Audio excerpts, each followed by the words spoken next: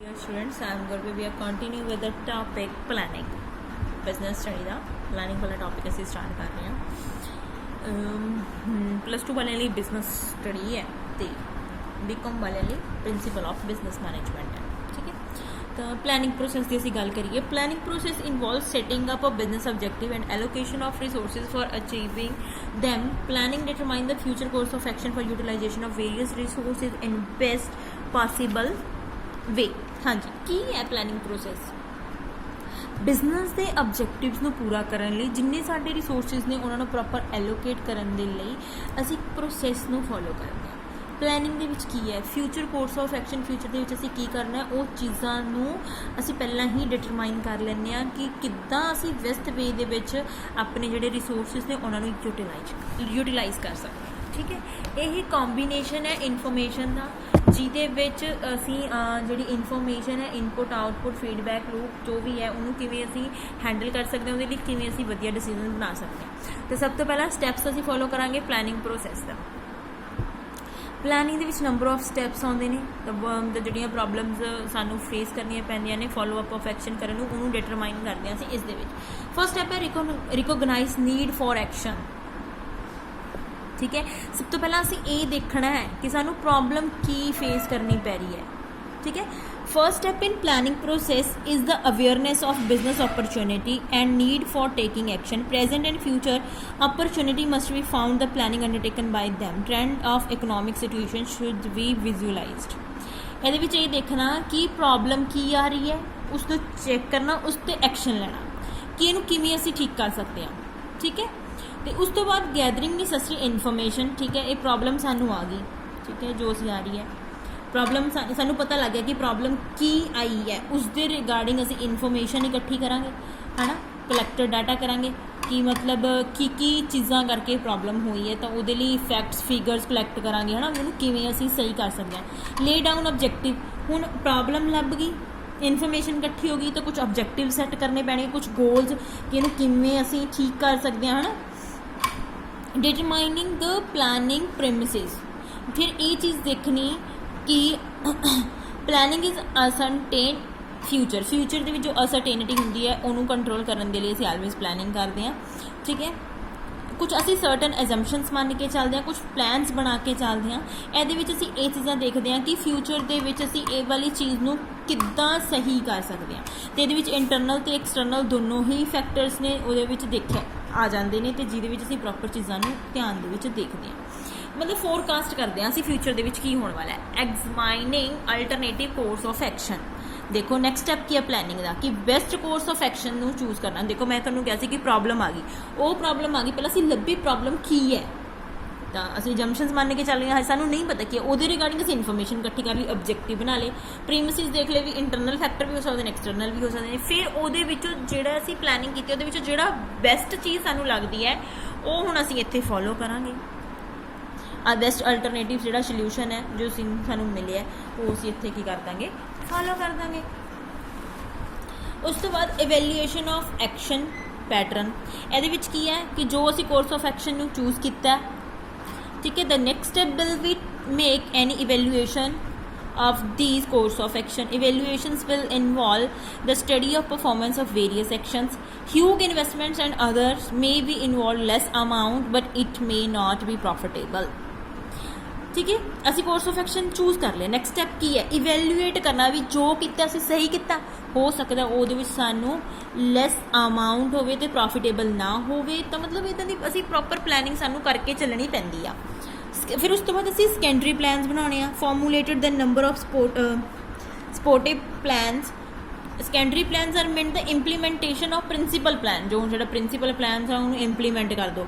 ठीक है, production plan is decided number of plans for procurement of raw material purchases plan. Secondary plan will be a part of main plan. हुण देखो जो साडा main plan है वह एक पार्ट है सैकेंडरी प्लान। हुण असीं ने प्रिंसीपल प्लान नूं इंप्लीमेंट करना इत्थे।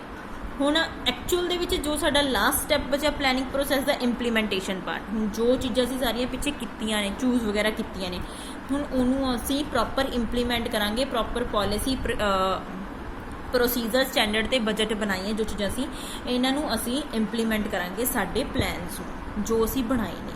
तो हुण सानू ये पता होना चाहिए कि what is a plan, the types plan की है, जो चीज़ असीं सोची है भी ये करनी है ना, वो प्लान है। द टाइप्स ऑफ प्लान की है, तो एक सिंगल यूज प्लान्स होंदे ने, एक्सटेंडेड प्लान्स होंदे ने। सिंगल यूज प्लान ये प्लान किहड़े होंदे ने, नॉन रकरिंग प्रॉब्लम्स नू हैंडल करन दे लई। The plans meant to solve a particular problem, किसी पर्टिकुलर प्रॉब्लम नू सॉल्व करन दे लई होंदे ने। ये प्लान्स नू असीं अगेन एंड अगेन यूज नहीं कर सकते, ठीक है। प्रोग्राम, प्रोजैक्ट्स, बजट जिहड़े स्टैंडर्ड प्रोग्राम ये टाइम टू टाइम असीं यूज कर सकते हैं अगेन एंड अगेन, फॉर्मूलेट किए जाते हैं मैनेजरियल डिसीजनस के लिए, ठीक है। And action on problems which are recurring in natures, objectives, policies, procedure, method, rules and strategy जी असीं दोबारा बना सकते हैं। हुण तुहाडा होमवर्क है difference between single use and standard plans. I hope कि तुहानूं ये समझ आ गया तो तुसीं इहनूं बहुत अच्छे तरीके नाल कर लोगे।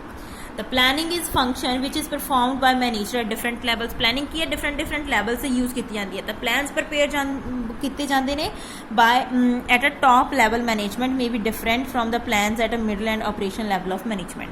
हाँ जी, ये अलग अलग हो सकते हैं। टॉप लैवल ऑफ मैनेजमेंट कुछ होर बना रही है, मिडल तो ऑपरेशन वाले होर बना रही है। तो different types of plans prepared by managers, किहड़े जिहड़े प्लान्स ने मैनेजर के द्वारा बनाए जाते हैं, तो ये वाले प्लान्स ने।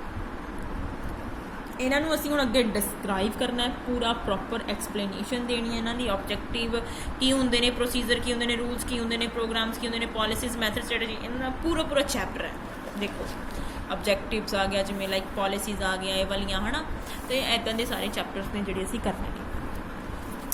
अज आपां थोड़े कर लैंदे आ जिन्ने कि पॉसीबल हुंदा है, उस तो बाद जिहड़े बच गए उन्होंने कल कर लांगे। ऑब्जेक्टिव्स की होंदे ने, गोल्स जिहड़े असीं किसी भी काम नूं करन दे लई सैट किते ने, वो गोल होंदे ने। एक स्टैंडर्ड जिहा सैट कर लिया भी असीं ये चीज़ इन्नी क अचीव करनी है, बस वो साडा गोल है। Objectives are the goal established to guide the efforts of the company and various constitutions. Efforts जिहड़े भी उन्होंने गाइड के अकॉर्डिंग एस्टैबलिश किए हैं कंपनी या वेरियस कॉन्स्टिट्यूशन द्वारा। These are the standards of the performance which are expected to be achieved.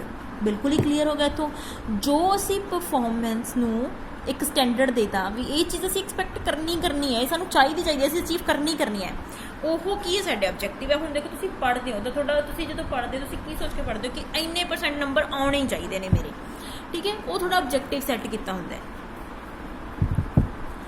तो effective management उदों ही पॉसीबल है जो असीं ऑब्जेक्टिव सैट करांगे। सारे एफर्ट्स जो भी हैगे ने उन्हां नूं एक should be directed to achieve this objective, उन्होंने इस तरीके डायरैक्ट करांगे ताकि असीं अपने गोल्स को अचीव कर सकीए। कोई भी प्लैनिंग बिना ऑब्जेक्टिव्स तो नहीं हो सकती। Objectives are not only helpful in planning but also in managerial functions. कली प्लैनिंग लिए नहीं, मैनेजरियल फंक्शन लिए भी यही यूज़ की जाती है। तो इसके कुछ करैक्टरिस्टिक्स ने, ये तुसीं खुद पढ़नियां ने। करैक्टरिस्टिक्स नहीं समझ आऊगा then I will be discuss with you.